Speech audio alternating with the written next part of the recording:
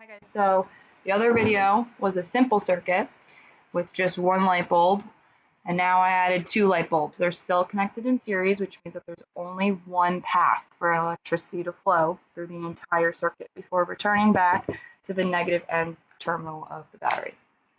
So once again, I might have you say, or I might have you measure when we get back to class, if we get back to class, the total current of the circuit. So instead of having the red probe here once again, I want to put it in the amps setting, and I never move this black one. I never move it. I keep this here. I never move that. And I'm going to put it on the amp setting. So this multimeter becomes the ammeter, aka it's able to measure current. So what I'm going to do is make sure and verify conceptually that at all points in the circuit, the current should remain the same. So whether I measure between these 2 points, or these 2 points, I should get the same exact reading for current. So remember, you put your more positive and the red probe closer to the higher potential between the 2 points. Make sure the bulb's light, and I get about 0.2 amps. Good.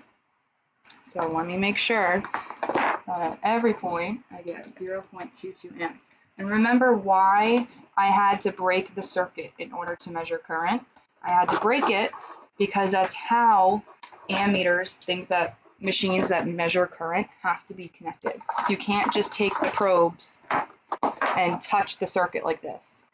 You can't, that could have been bad. You can't do that. So now, if this light bulb flips over, that'd be great. Okay, that's good enough.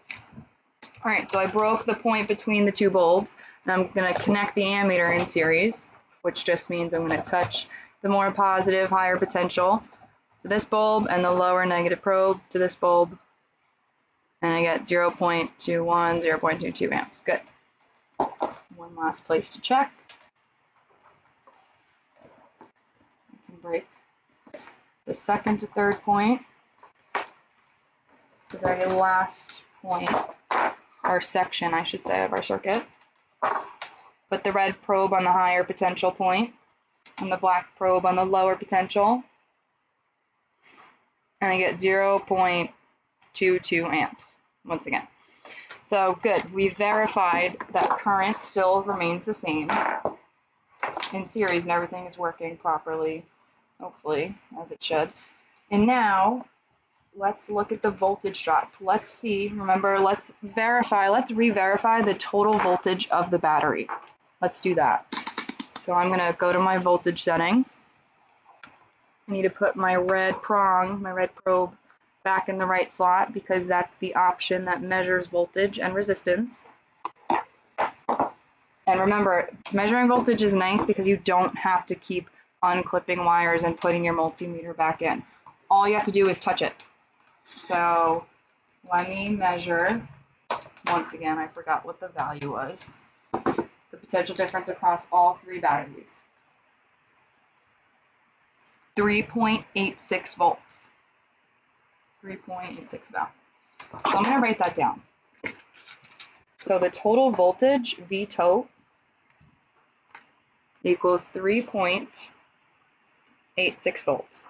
But Ms. Kalova, I thought you said that every battery was 1.5 volts. Shouldn't 1.5 times 3, hypothetically, in a real world, be equal to 4.5 volts? Yes, but think about the reason why this happens. Batteries can die. The chemical reactions that happen in this battery in alkaline, we won't learn too much about it, but if you're interested, come see me. They run out, right? You can't, these aren't rechargeable batteries. So there's a limited number of energy that can be provided by these batteries. So 3.86 volts is the total maximum amount of voltage. So that means that 3.86 volts enters this light bulb, and let's see how much voltage drops from this light bulb. Remember, this is the more positive end, higher potential, lower potential. From the first bulb, I get a voltage drop. Oh, wait, you can't see it. I want you to see it. Get a voltage drop of about 1.5 I'll round it, 1.57 volts. So V1, our first resistance that allows voltage to drop at the first bulb. Wait, what did I say? What was the number I just said? 3.71, 1. Oh my gosh, I have short-term memory loss. Sorry, guys. Hold on. Red, black. 1.57. 1.57 volts. And you could say, right, the second voltage, you could just say, is that minus that. Because in a series circuit, the total voltage is equal to the sum of both respective voltages that drop as a result of two different resistors. But let's verify it experimentally and see the quantity of voltage that gets lost due to heat and light that we can't measure with a voltmeter. So I have red. Whoops. I don't know why I just unclipped that. All right. I'm still on volts. Higher potential, lower potential. I get 1.65 volts. So V2 equals 1.65 volts.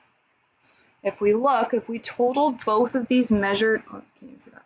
If we measured both, added up both of these measured values together, right, we should get 1.57 plus 1.65. Do you have a calculator? I feel like doing it now. Stay tuned, folks. All right, what's 1.57 plus 1.65? 3.22. 3.22. So that means that 3.86 minus 3.22 volts was lost due to heat in the light bulb, due to that light being emitted through the filament in the light bulb, and that's okay.